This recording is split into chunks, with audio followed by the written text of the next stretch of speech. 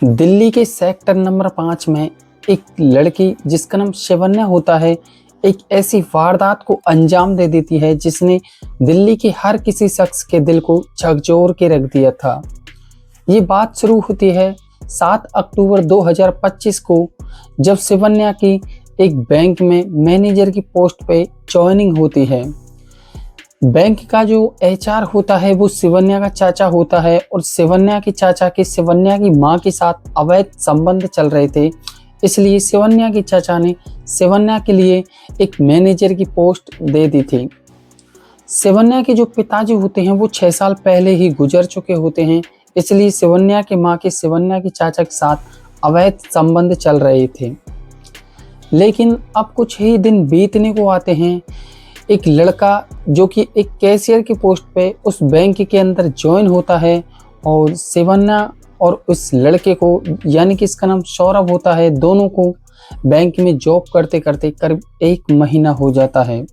लेकिन इन दोनों के बीच एक बातों का सिलसिला शुरू हो जाता है और ये सिलसिला कुछ इस कदर बढ़ जाता है कि इन दोनों के बीच में प्रेम प्रसंग शुरू हो जाता है।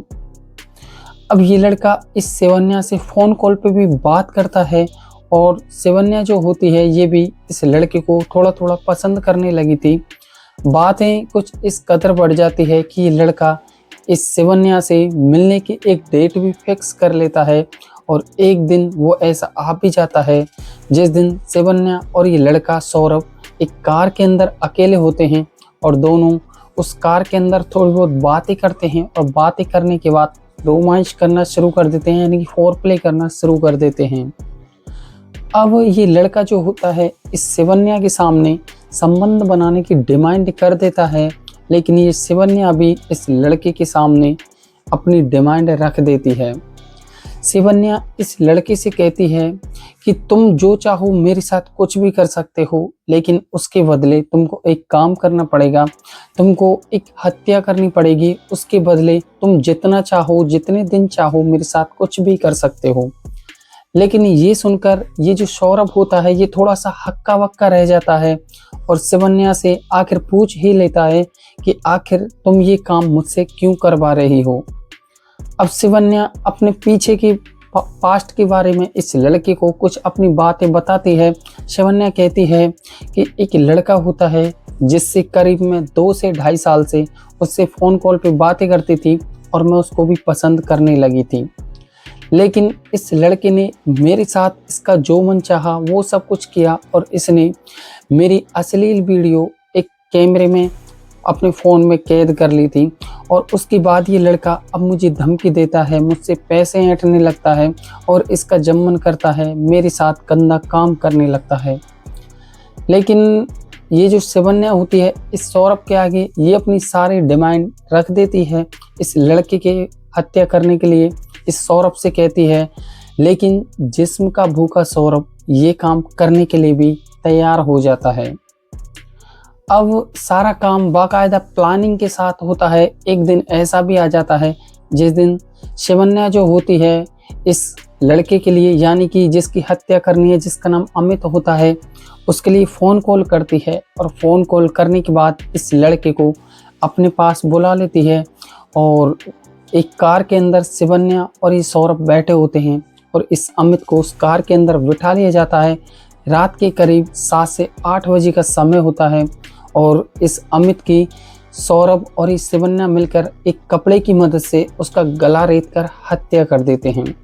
लेकिन जैसे ही ये उसकी हत्या करते हैं तो हत्या करने के बाद अमित की जो डेड बॉडी होती है, इसकी लाश होती है, उसको एक सड़क के किनारे पटक दिया जाता है और उसके बाद शिवन्या और सौरभ एक होटल के अंदर चले जाते हैं। वहाँ जाने के बाद अब ये दोनों, जो सौरभ ने अपनी शर्तें, अपनी डिमांड रखी थी वो सारी इस शिवन्या के साथ पूरी करता है, उसके साथ शारीरिक संबंध बनाता है और अपनी ख्वाहिशें पूरी कर लेता है। लेकिन उसके बाद शिवन्या और सौरभ रात में अपने अपने घर चले जाते हैं और घर जाने के बाद जब जैसे ही सुबह होती है तो लोग सड़क पे मॉर्निंग वॉक के लिए निकलते हैं। लेकिन जब लोग बाग अमित की लाश को वहाँ पे पड़ा देखते हैं तो पूरे इलाके में सनसनी फैल जाती है। लेकिन उसके बाद कुछ ही देर में वहाँ पे पुलिस आ जाती है और पुलिस जैसे ही आती है तो डेड बॉडी को सफ़ेद कपड़े से ढक के उसका पोस्टमार्टम के लिए भिजवा दिया जाता है। उसके बाद पुलिस इन्वेस्टिगेशन शुरू हो जाती है और पुलिस सारी छानबीन में जुट जाती है। लेकिन उस लड़के के पास कुछ पैसे और एक फ़ोन मिलता है। पुलिस जो होती है उस फ़ोन के अंदर सारी कॉल डिटेल चेक करती है।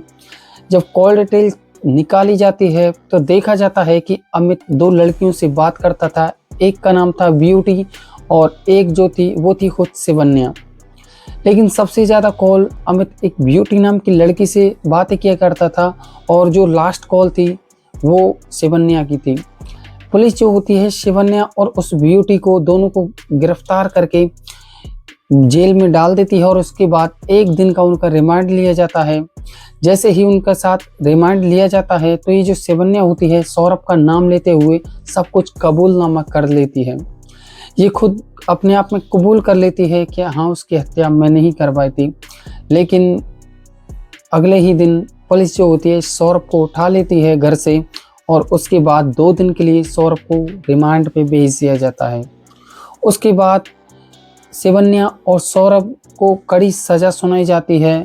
और दोस्तों किस तरीके से जिस्म की भूख में इस सौरभ ने अपना और अपने परिवार का सारा सब कुछ उजाड़ के रख दिया था और जो शिवन्या की माँ होती है उसका एकमात्र सहारा शिवन्या थी, वो भी जेल में चली गई थी। लेकिन उसके कुछ दिन बाद ही शिवन्या की माँ की दोस्तों टेंशन में आके हार्ट अटैक से मौत हो जाती है।